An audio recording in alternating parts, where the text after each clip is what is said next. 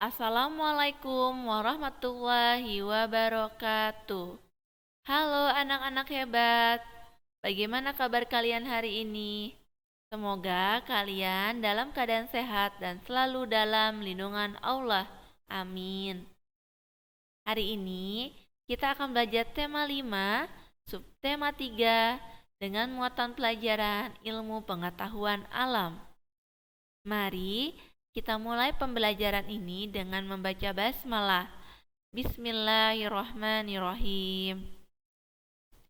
Baik, hari ini kita akan belajar KD 3.6 menerapkan sifat-sifat cahaya dan keterkaitannya dengan indera penglihatan. Cermin. Cermin adalah salah satu benda yang dapat memantulkan cahaya. Cahaya yang dipantulkan oleh cermin merupakan salah satu contoh pemantulan teratur. Berdasarkan bentuknya, cermin dibedakan menjadi 3 macam, yaitu cermin datar, cermin cekung, dan cermin cembung. Mari kita bahas satu persatu. Cermin datar. Cermin datar adalah cermin yang permukaan bidang pantulnya datar dan tidak melengkung. Contoh benda yang menggunakan cermin datar yaitu cermin rias. Sifat-sifat cermin datar. Yang pertama, ukuran, besar dan tinggi bayangan sama dengan ukuran benda. Jarak bayangan ke cermin sama dengan jarak benda ke cermin. Penampakan bayangan berlawanan dengan benda.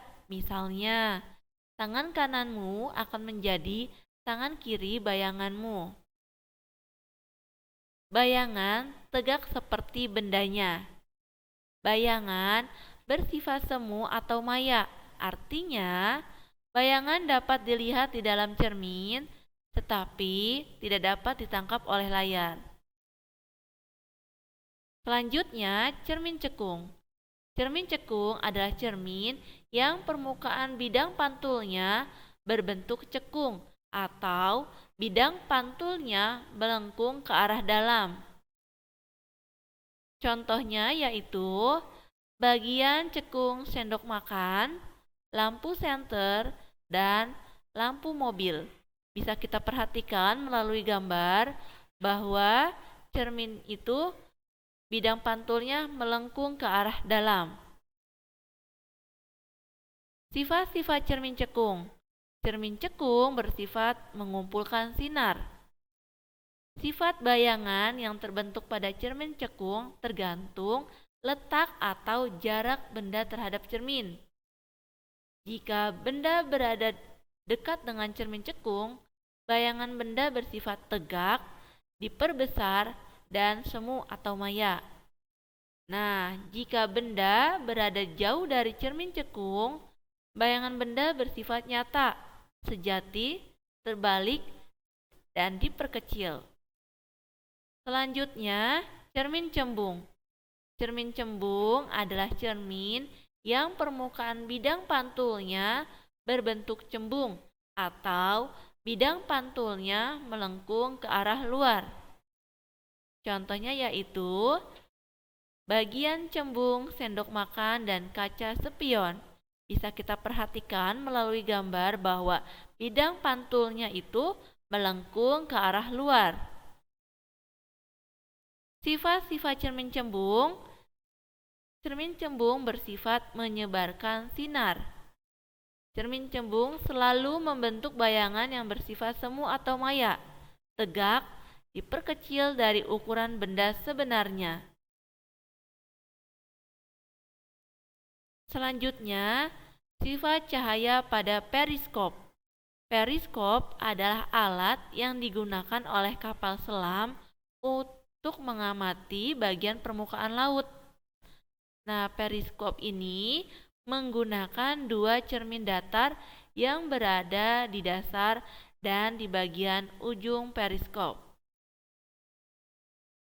Cara kerja periskop pertama, Cahaya yang masuk dari bagian ujung periskop akan dipantulkan oleh cermin. Kedua, pantulan cahaya tersebut kemudian merambat lurus menuju cermin kedua. Yang ketiga, saat mengenai cermin kedua, cahaya kembali dipantulkan. Yang keempat, pantulan cahaya dari cermin kedua akan mengarah ke mata sehingga kita dapat melihat di keadaan di atas periskop. Nah, perhatikan gambar periskop berikut. Cahaya masuk lalu dipantulkan oleh cermin pertama,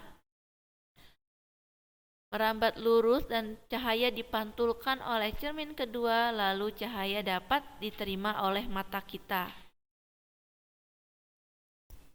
Nah, dalam surat Ibrahim ayat 7, dan ingatlah juga tatkala Tuhanmu memaklumkan, sesungguhnya jika kamu bersyukur, pasti kami akan menambah nikmat kepadamu. Dan jika kamu mengingkari nikmatku, maka sesungguhnya azabku sangat pedih. Dalam ayat ini, kita disuruh untuk selalu bersyukur atas nikmat yang Allah berikan, seperti nikmat sehat, nikmat ilmu, nikmat kebahagiaan, dan nikmat yang lainnya. Sekian pembelajaran kita pada hari ini. Semoga dapat dipahami dengan baik dan dapat bermanfaat. Terima kasih anak-anak hebat.